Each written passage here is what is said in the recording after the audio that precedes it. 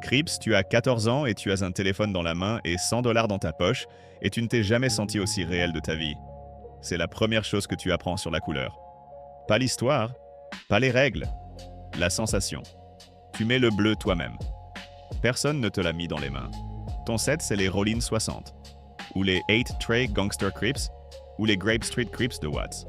Pas de commandement unifié, pas d'organigramme, juste le territoire, la couleur et des règles sans version écrite qui sont appliquées plus régulièrement que n'importe quoi dans le palais de justice de Temple Street. Tu commences à un coin de rue sur Figueroa. Téléphone en main. 100 dollars par semaine. Un boulot. Tu observes. Les gars plus vieux ne te parlent pas. Tu es un meuble. Tu apprends aussi plus vite que tu n'as jamais rien appris dans une salle de classe. Une nuit, la police débarque sur le bloc. Tout le monde se disperse. Tu cours à gauche dans la ruelle derrière la laverie. Un flic tourne le coin avant que tu atteignes la clôture. Il est assez près pour que tu l'entendes respirer. Tu t'arrêtes, tu lèves les mains. Il te fouille, tu es clean. Il demande pour qui tu travailles. Tu ne dis rien, il te laisse partir. Le lendemain matin, l'OG te prend à part. Il a entendu que tu n'avais pas parlé. Tu es prêt. À 16 ans, tu vends du produit. À 20, tu contrôles un bloc. À 25, tu gères 3 blocs et 2 trap house qui génèrent 25 000 dollars par mois. Le LAPD a ta photo, ton véhicule, tes 4 dernières adresses connues. Un procureur fédéral adjoint en centre-ville a un dossier ouvert depuis 14 mois. Ce soir, l'opération est un litige de frontière avec un set Hoover sur la 83e rue. 2 voitures, pas de téléphone. Tu as fait ça tellement de fois que tes mains connaissent les mouvements avant que ton cerveau ne suive. Le bloc t'appartient avant 1 heure du matin. Au lever du soleil, rien ne semble différent. C'est le but. Les Crips ont été fondés pour protéger une communauté. Personne n'a besoin de dire ce qu'ils sont devenus. La couleur est toujours le bleu. Le coin de rue est toujours le même coin de rue. Bloods, tu les entends avant de les voir. Tout de rouge qui descend. Piru Street à Compton parce que les Crips existaient déjà et quelqu'un devait répondre. C'est l'origine. Pas l'ambition, pas la cupidité. Une réponse à quelque chose qui était déjà là. Le rouge est la couleur. Pas parce que ça signifie quelque chose d'abstrait, parce que c'est le contraire du bleu. Ton set, c'est les Piru Street Bloods, les originaux ou les Bounty Hunter Bloods de Watts, ou le set Sex Money Murder qui a bougé vers l'est dans le Bronx. Plus de 100 sets de Blood dans tout le pays. Ils partagent la couleur et presque rien d'autre. Le set, c'est tout. Le nom, c'est le drapeau. Ton grand frère s'est fait agresser par un set Crip sur Central Avenue quand il avait 15 ans. Ta famille a déménagé 2 fois. Ça n'a rien changé. La géographie vous a suivi. À 13 ans, tu as compris que la neutralité n'est pas une option dans le quartier où tu vis. L'OG qui gère ton bloc est là depuis 1994. Il a 42 ans. La plupart des hommes avec qui il a grandi sont morts ou purgeant une peine à vie à Corcoran. Lui est encore là. C'est la seule qualification qui compte. À 17 ans, tu vends du produit sur MLK Boulevard. Ton cousin s'est fait arrêter il y a 6 mois.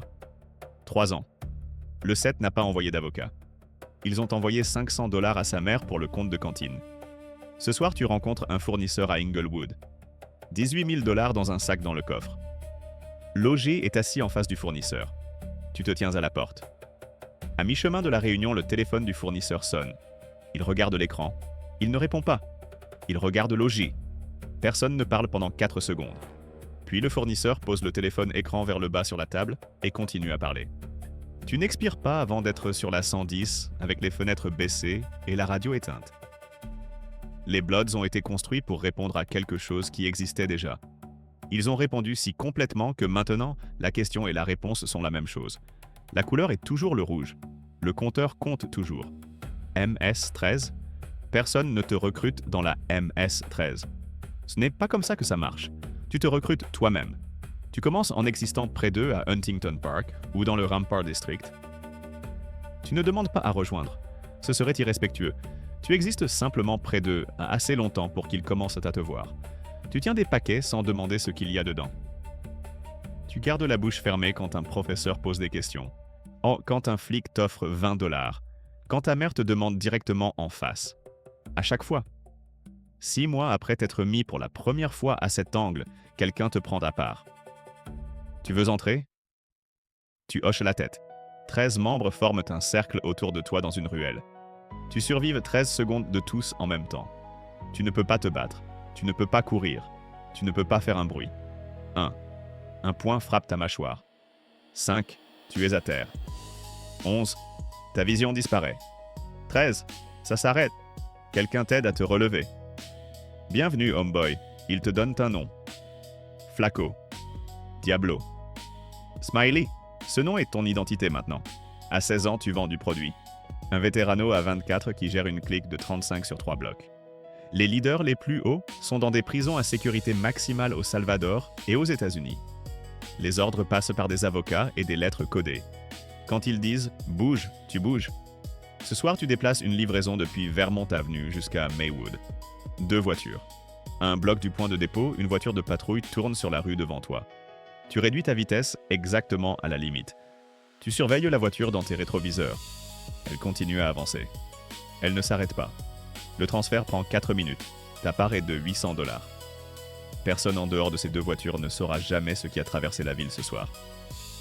La MS-13 a commencé comme une protection. Ce qu'elle protège maintenant est plus difficile à nommer. Ce que ça coûte ne l'est pas. Gang de la 18e rue. Tu n'as pas besoin de venir d'un endroit précis. C'est la première chose que tu apprends. Pas un quartier, pas un background, pas un pays. Les portes sont ouvertes à tout le monde. C'est l'offre. Viens comme tu es. Ta mère est arrivée ici avec rien. Elle a nettoyé des bureaux sur Wilshire Boulevard pendant 11 ans pour garder l'appartement sur Alvarado. Elle ne t'a jamais rien demandé sauf de finir l'école. Tu n'as pas fini l'école. Tu as fini autre chose à la place. À 15 ans, tu es au coin sur Alvarado Street. À 17 ans, tu as été arrêté 2 fois et documenté dans une base de données qui se connecte à 47 agences dans tout l'État. Ta mère ne sait pas ça. Tu as décidé qu'elle ne le saura jamais. Ce soir, tu collectes auprès de 3 commerces sur la 6e rue. Les 2 premiers sont routiniers. Le 3e, la laverie, le propriétaire ouvre la porte et il y a quelqu'un que tu ne reconnais pas debout derrière lui. Tu regardes le propriétaire. Il regarde le sol. Tu regardes l'inconnu. L'inconnu te regarde. 3 secondes passent. L'inconnu recule d'un pas. Le propriétaire te remet l'enveloppe. Tu sors. Tu ne cours pas. Courir, c'est de l'information. Quelqu'un d'autre s'occupera de la laverie mardi prochain. La 18e rue a ouvert ses portes à tout le monde. La porte ne va que dans un sens.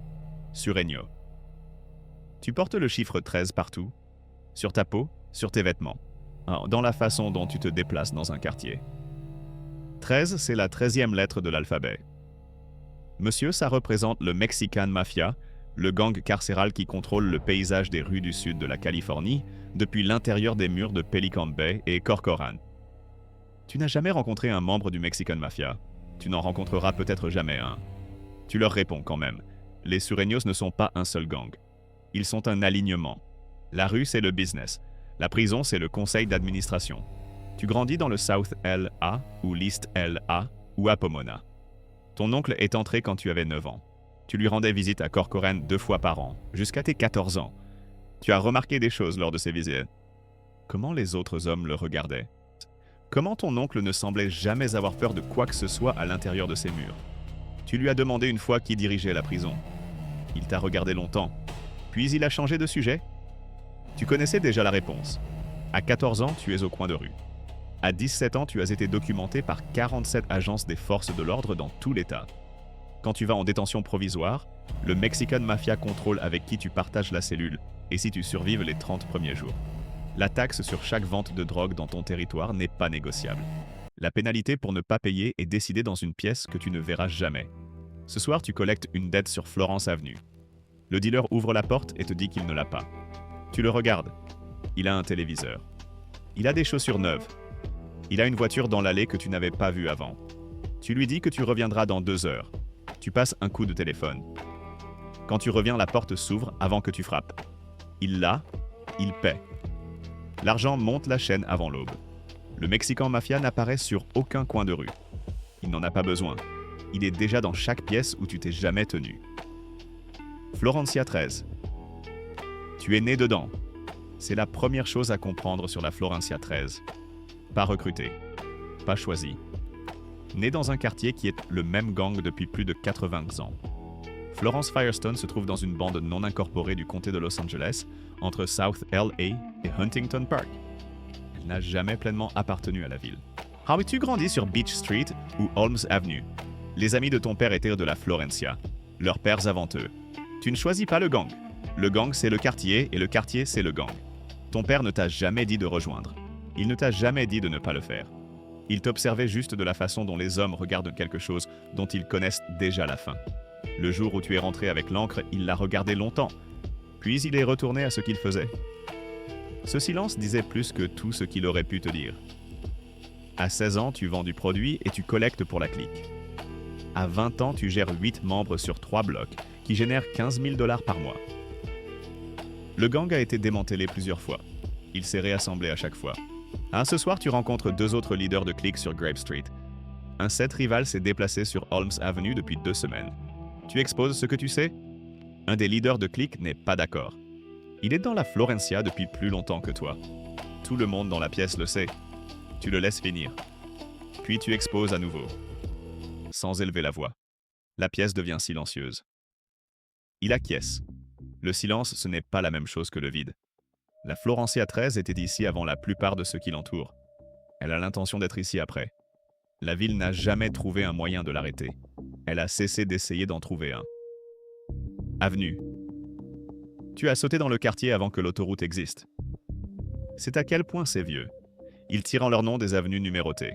Avenue 43, avenue 50, la grille entre le centre de LA et Pasadena, qui n'a jamais été pleinement revendiquée par l'une ou l'autre. Le gang tient ce territoire depuis 80 ans. L'autoroute 110 est devenue après. Les cafés sont venus en dernier. Les avenues étaient là en premier. Tu grandis à Cypress Park ou à Glassell Park. Ta famille a vécu dans ces rues depuis 3 générations. Ton grand-père est né sur avenue 43 et est mort à 2 rues de là où il est né et ne l'a jamais trouvé étrange. Tu y penses parfois. À ce que ça signifie d'appartenir à un endroit si complètement que partir ne te vient jamais à l'esprit comme une option. Tu le comprends parce que tu le ressens aussi.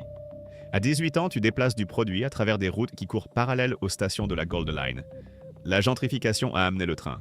Tu utilises l'ombre du train. Ce soir, tu transportes du produit depuis une planque sur avenue 26 vers un point près de la station Heritage Square. Le trajet prend 11 minutes. À la 7e minute, un homme sort d'un Porsche sur avenue 43 et te regarde directement. Tu ne le connais pas. Il ne bouge pas. Tu continues à marcher au même rythme. Tu atteins le point de distribution. Le transfert a lieu. Tu rentres à la maison par un itinéraire différent. Tu penses à l'homme dans le Porsche. Tu le mentionneras le matin. Ce soir, tu dors. Les avenues étaient ici avant l'autoroute, avant le train. Avant tous ceux qui sont venus découvrir le quartier. Ils sont encore là. C'est tout le sens. 7 gangs. 7 coins différents de la même ville. 7 réponses différentes à la même question. Comment comptes-tu dans un endroit construit pour que tu ne le fasses pas? Quelque part en ce moment, il y a un gamin de 14 ans sur Figueroa avec un téléphone dans la main et 100 $ dans la poche. Il ne s'est jamais senti aussi réel de sa vie. Il ne sait pas encore ce que cette sensation coûte. Il le saura.